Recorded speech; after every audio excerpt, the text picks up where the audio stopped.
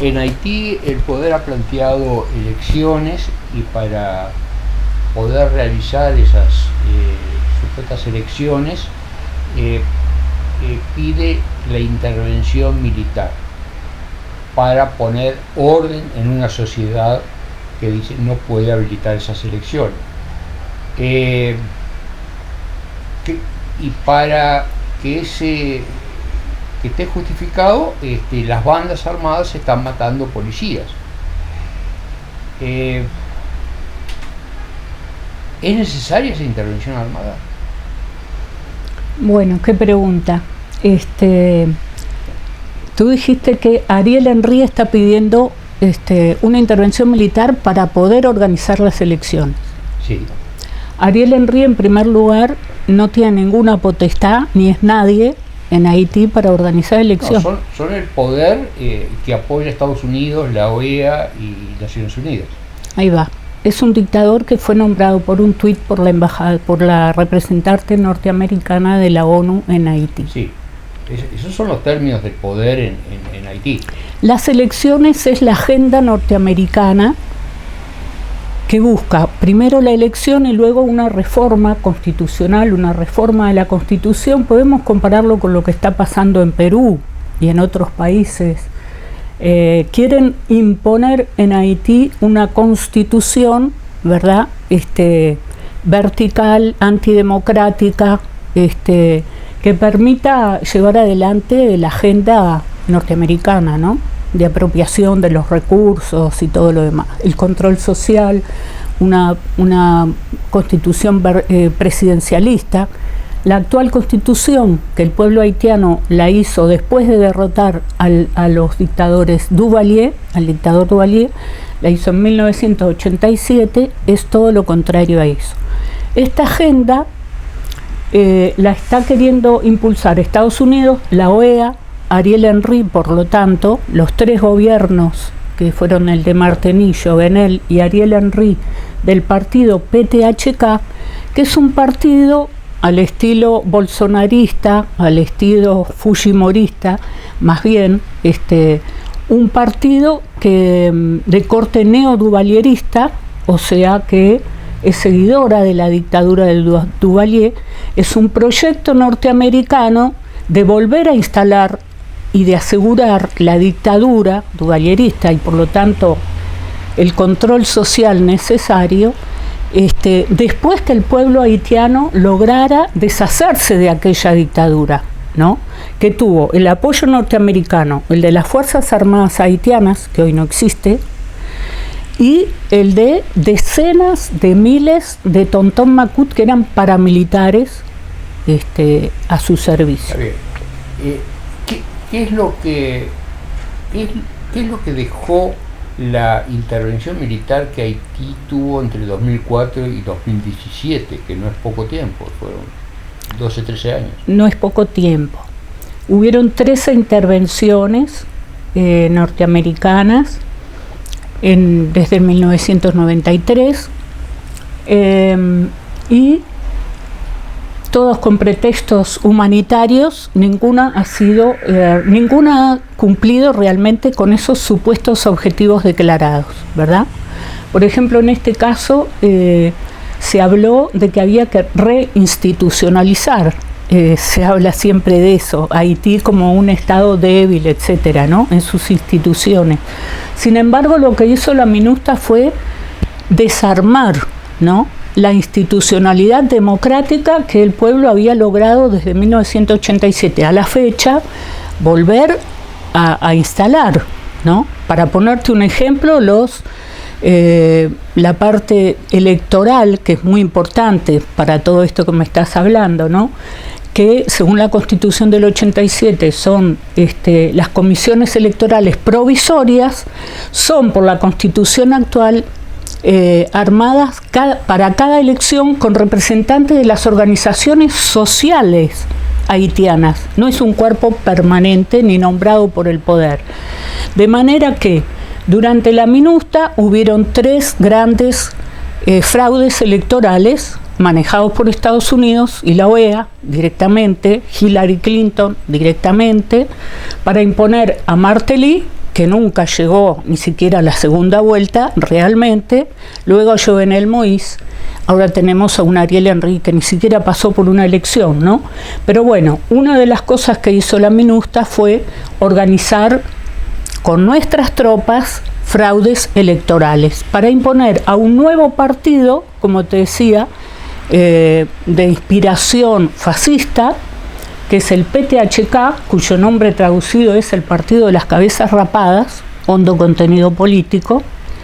Este partido se impuso por fraude e intervención directa de la OEA en 2010, con un terremoto reciente, ¿no?, de 300.000 muertos, y en ese ámbito fue que instalaron esta elección y esta intervención de 3 meses de la OEA y de Hillary Clinton en Haití para sacar a este candidato Martelly, que no era ni siquiera un político, imponerlo en las elecciones. Hoy, ¿qué oposición puede haber a esta intervención armada que se está planteando dentro de Haití? Esta y cualquier intervención extranjera a esta altura va a tener, como ya ha tenido y ocurrió en el mes de octubre último, en que en septiembre y octubre, en que el Consejo de Seguridad de la ONU trataba el tema de Haití y se iba a plantear nuevamente la posibilidad de una nueva intervención, porque terminaba el plazo en julio terminó el plazo de la intervención actual. Estamos con BINU, ¿no? Es el nombre de la misión política que tiene hoy, que no tiene fuerzas armadas, es una intervención política. Terminaba ese plazo, fue reemplazada, pero en septiembre-octubre empezaron los planteos de nueva intervención militar. Allí se produjo enormes manifestaciones populares, ¿no? Tan grandes fueron que hasta repercutieron en el seno del Consejo de Seguridad de la ONU y lo tomaron, en el caso de Rusia, por ejemplo, y otros, como demostración de que el pueblo rechazaba, ¿no?, mayoritariamente la intervención extranjera, producto de lo que fueron las anteriores. No solo los fraudes electorales. Cometieron masacres, en particular las fuerzas brasileras, y en primer lugar dirigidas por el general Heleno, que fue hasta recientemente parte del equipo central de Bolsonaro, del gobierno de Bolsonaro, dirigía las fuerzas brasileras de la MINUSTA en Haití, que cometió unas cuantas masacres en el barrio de Cité Soleil, de 500.000 habitantes, donde estaba en ese momento... ¿Cuántos habitantes? 500.000. 500.000. Apenas un barrio de Puerto Príncipe, donde estaba uno de los bastiones de la resistencia haitiana, ¿no? Entonces se dedicaron a, cada vez que había una fuerte manifestación de protesta en contra de la intervención. Recordemos, y esto es muy importante, que la MINUSTA entró a Haití no porque había una elección, no, entró porque Estados Unidos dio un golpe, porque fue a secuestrar a su presidente electo, que era Jean-Bertrand Aristide.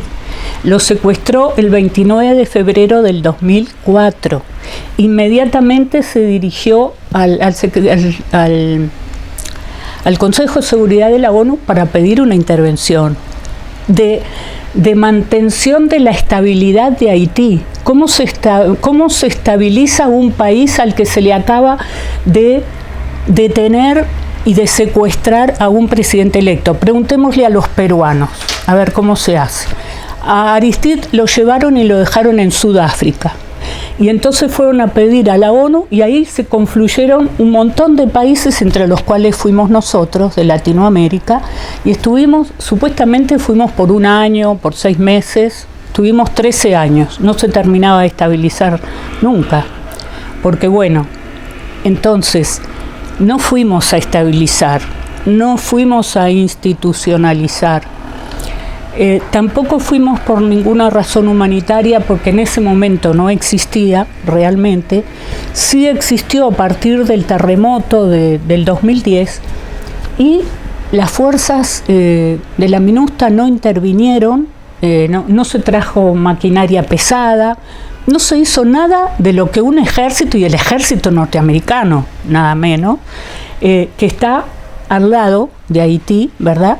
Todo lo que podría desembarcar como ayuda humanitaria realmente. Bueno, trajeron comida y estas cosas que se hacen normalmente. En definitiva, tu razonamiento lleva a que acá lo que se quiere, Estados Unidos tiene una agenda propia que está tratando de llevar adelante en Haití. ¿Qué es lo central de esa agenda? Hay Estados Unidos, y hace poco lo dijo la jefa del Comando Sur, Richardson, ¿no? Este es el territorio donde nosotros tenemos oro, tenemos cobre, tenemos litio, tenemos agua. I have, we have, ¿no? Es la expresión de Richardson. Ellos consideran que todo esto les pertenece, ¿verdad? Ahora, tienen que ajustar algunos pequeños detalles para poder hacerse de todos esos bienes naturales cuando los gobiernos no les son serviles, ¿no? En el caso de Haití, los gobiernos son serviles porque los ponen ellos. Los que no son serviles es el pueblo, ¿no? Lo que está pasando hoy en Haití. ¿Cuál es el interés concreto de Estados Unidos hoy en Haití? Me dicen que hay un interés militar en tanto el Caribe como el tercer frente marítimo y además Haití está a 70 kilómetros de Cuba, etcétera. Entonces les importa tener la posibilidad de bases navales allí o bases militares en esos lugares. Bien, además de eso, ¿qué otra cosa hay en esa agenda? En la agenda está como título la seguridad nacional de Estados Unidos, ¿verdad? La seguridad nacional de Estados Unidos pasa, como estás diciendo, por tener su patio trasero más inmediato, que es el Caribe, tranquilo, bajo control, no con convulsiones sociales, no con el país paralizado, con carreteras cortadas, y, o sea, que de esa manera tampoco pueden invertir como ellos quisieran, ¿verdad? Y hacer todo lo que económicamente quisieran. ¿Estados Unidos quiere invertir en Haití? Es una de las posibilidades. Almagro lo planteó ahora recientemente. Dice, bueno, tenemos varias opciones. Una sería industrializar, invertir, ¿no? La inversión extranjera. Y sí, es la teoría que está en todas partes. Y dice, o si no, la otra opción sería procesar un traslado de la población haitiana hacia los países vecinos, o sea, este juego de una migración forzada lo está haciendo Estados Unidos desde que invadió en 1915, porque desde ese momento se encontró con una oposición armada del campesinado que no esperaba, porque el campesinado no estaba armado, ¿verdad? Armado con sus cosas habituales, y tuvo 4 años de resistencia armada, ¿no? Y después no fue más armada, pero bueno, cuando una población está en resistencia en su actitud de ¿Hoy esa resistencia es armada o no hay núcleos armados? No. Hubo cuando el primer momento, cuando fue depuesto John Bertrand Smith, sí hubo algunos grupos de la Balaz armados que fueron a nosotros nos llegaron videos, circularon acá en Uruguay, pero fueron rápidamente terminados, ¿no? Pero hay una respuesta social, ¿no? De rechazo de toda intervención extranjera, que data como en la historia moderna, digamos, desde 1915, en que Estados Unidos ocupó durante casi 20 años, ¿no? Volviendo a instaurar el trabajo forzado, el trabajo esclavo para hacer carreteras y otra serie de obras. Por supuesto, no mencionamos el tema de las violaciones de niños, mujeres, jóvenes, que va acompañada de toda ocupación extranjera, que pasó con la MINUSTAH y pasó con todas las anteriores. Sí, hay un grupo importante de mujeres embarazadas, de niñas. De niños que actualmente en una situación donde hay 5 millones de personas hambrientas, es una gran carga para la sociedad haitiana, sin duda. Y no te mencioné el cólera, porque como en todos otros países, como ha pasado en Cuba mucho, las tácticas de Estados Unidos de agresión, ¿verdad?, es con cuestiones químicas o o biológicas, armas biológicas o armas químicas, ¿no? ¿Te acordás que en Cuba les mataron cuánta producción de animales y demás? En Haití han hecho lo mismo, les mataron los puercos haitianos, o sea, atacaron lo que era la producción del campesino, que era una economía muy fuerte, la economía de producción agrícola exportadora de Haití era muy fuerte, y además tenía la característica de ser colectiva, ¿no? Toda la organización del campesinado era de cooperación y colectiva. Hay un nombre, SACU, que caracteriza ese tipo de forma de vida y de producción y de propiedad también. ¿Cuántos habitantes se estima que tiene Haití? Actualmente 12 millones. 12 millones, de los cuales 5 millones están en situación de pobreza o de hambre. De hambre. De pobreza más. ¿De pobreza más? Sí. ¿Cuánto más? Y fíjate que el 70% son población campesina, y te estoy contando que a partir de 1915 Estados Unidos, como estrategia, saboteó y destruyó la economía del campesino. De ahí fue que vino la gran afluencia de campesinos hacia las ciudades, hacia Puerto Príncipe, hoy es una macro ciudad súper desordenada como todas, ¿no? Y la migración masiva. O sea, ellos prefirieron que la población se fuera a Cuba. En aquel momento era todavía la Cuba antes de Raúl Castro y de Fidel Castro, ¿no? Antes de la revolución, que ellos se fueran a Cuba, se fueran a Santo Domingo y a todos los países vecinos, y allí explotar la mano de obra haitiana en los ingenios azucareros, en las plantaciones azucareras de esos países, ¿no?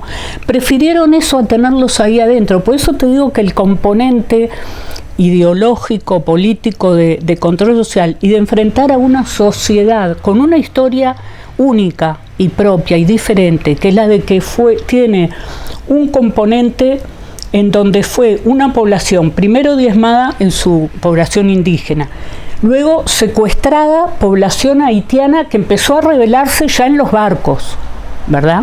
Hay historias 1000 de la rebelión africana frente a eso, y que llega y se condensa en Haití y concreta la revolución triunfante de esclavos contra Francia, ¿no? Hoy ¿qué posibilidades hay de que esta intervención armada no se haga, de que no haya estas elecciones impuestas para darle un decoro a la situación constitucional? Pienso que... ¿O es inevitable?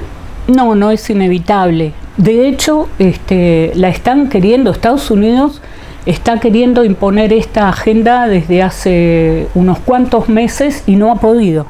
No ha podido, o sea, ya ha sido votado varias veces en el Consejo de Seguridad de la ONU y no obtuvo resultado. ¿Por qué?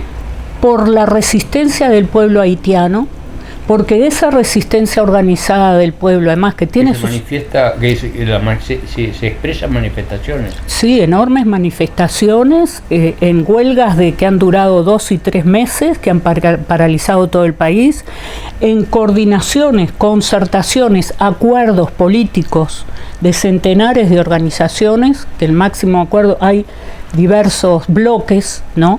De izquierda, de organizaciones sociales y políticas, de un espectro más amplio, pero el Acuerdo de Montana, que reúne a cientos de organizaciones, abarca todo el espectro político. ¿El acuerdo del Hotel Montana cuándo fue? ¿En qué año fue? En el 21. 21.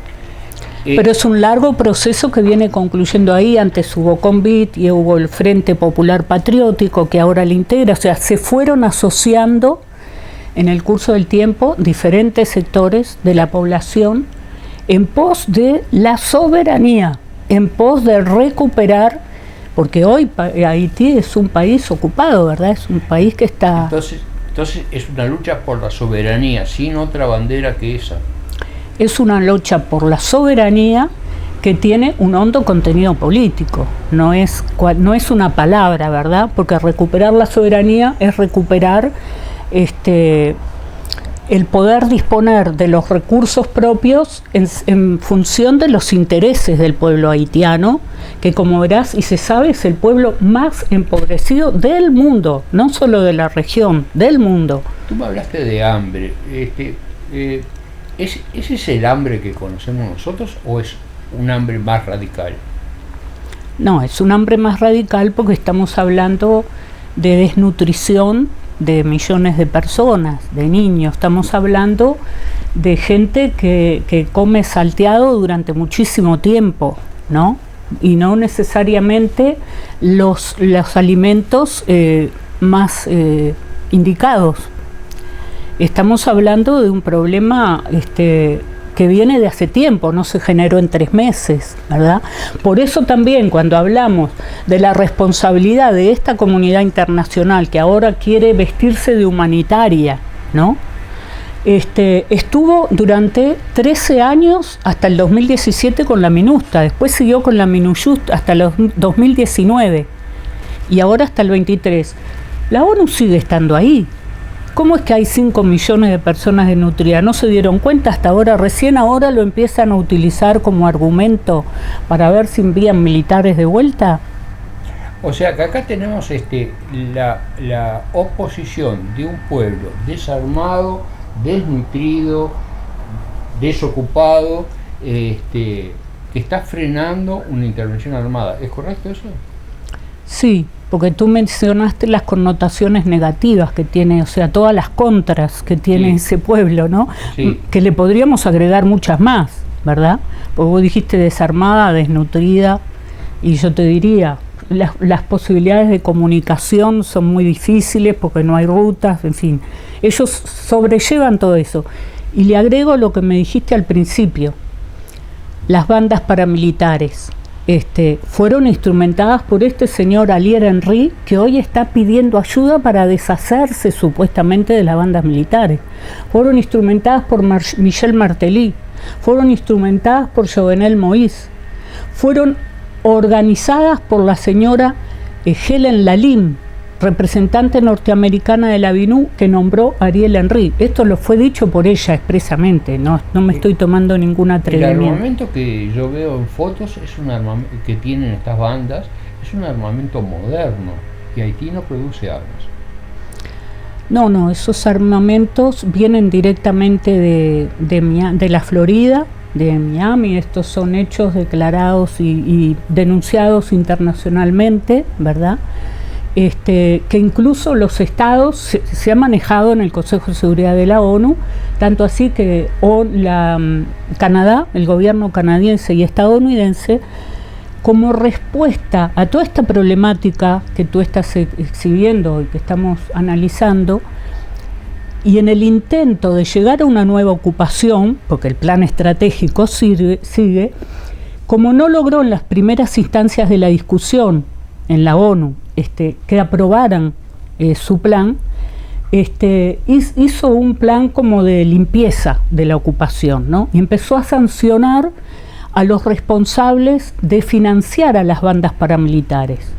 Han caído varios ministros de Ariel Henry, han caído de los gobiernos anteriores también, de Martelly, o sea, han sido el propio Martelly, Laurent Lamotte, que era su primer ministro, o sea que están cayendo cabezas, pero no los mandan presos, simplemente le sacan la posibilidad de viajar a Estados Unidos, en algunos casos le confiscan si tienen cuentas en el extranjero, etcétera, pero han estado en este periodo haciendo letra buena, digamos, para presentarse en una instancia posterior, próxima, pidiendo, bueno, hemos hecho bastante por... Esos son los digamos, los personeros que actúan en ese marco político que tú describes. Ahora bien, esas bandas armadas que vienen a sustituir en definitiva a los Tonton Macoute de Duvalier. Claro. ¿Cuántos son estas bandas armadas? ¿Cuántas son? ¿Cuántas hay? Porque llegaron a tomar... Hay más de 200, ahora no recuerdo el número exactamente, pero lo que sí podemos decir es que ha sido un desarrollo progresivo y hasta producirse un descontrol. O sea, a ellos mismos se les fue de las manos porque es cierto que últimamente han secuestrado a norteamericanos, a franceses, ahora recientemente a un chofer de la misión cubana de médicos cubanos, o sea, Pero han tomado incluso instalaciones como la electricidad o el agua, algo así. Tomaron una instalación de petróleo hace poco, deteniendo totalmente el acceso al combustible que tuvo parado también al país durante un cierto tiempo. Toman carreteras, hay zonas directamente por donde no se puede pasar.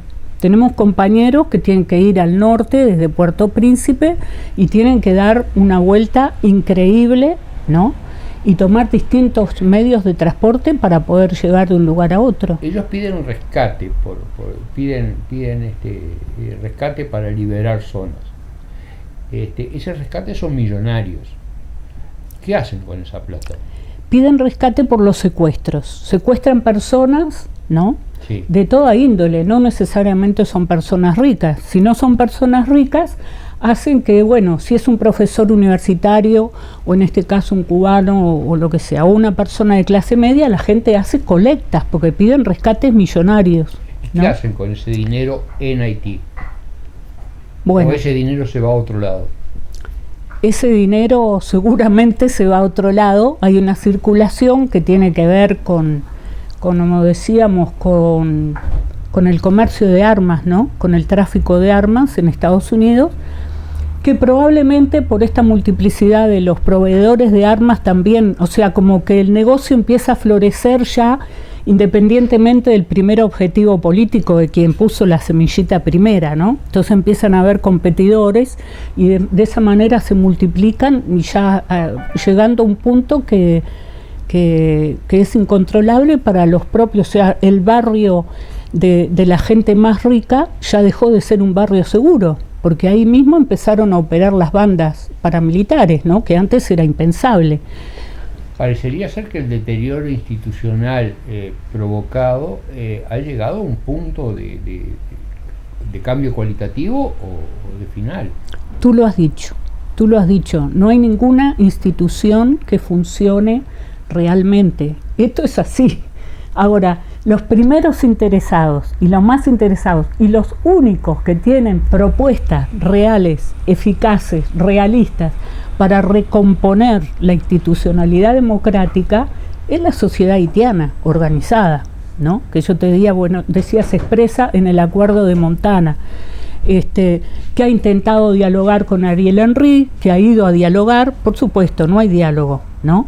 Entonces, cuando Ariel Henry habla, como se está hablando, y van a oír ustedes de que él está intentando hacer un diálogo, como le llaman, transparente, inclusivo, etcétera, con la oposición, habla de 3 o 4 grupos que le son muy afines, que son serviles a los intereses imperialistas, separados completamente de lo que constituye realmente la representación de las mayorías. Y yo te decía que ahí no estamos hablando de como ocurre acá en Uruguay o ha pasado recientemente en Brasil y como pasó en Chile, de paridad en elecciones, ¿no? Lo que se expresa en Haití es realmente una mayoría absoluta, ¿no? Que está en contra de la ocupación extranjera, incluyendo a sectores burgueses, por supuesto, a sectores adinerados de la sociedad, que buscan el bien, que buscan un país y un pueblo feliz, ¿no? Un lugar donde se pueda vivir. Un lugar donde se pueda vivir. Además, Haití es un país hermosísimo, realmente es un país con una potencialidad impresionante en todos los sentidos posibles, ¿no? Es de una belleza extraordinaria. Muchas gracias. Gracias.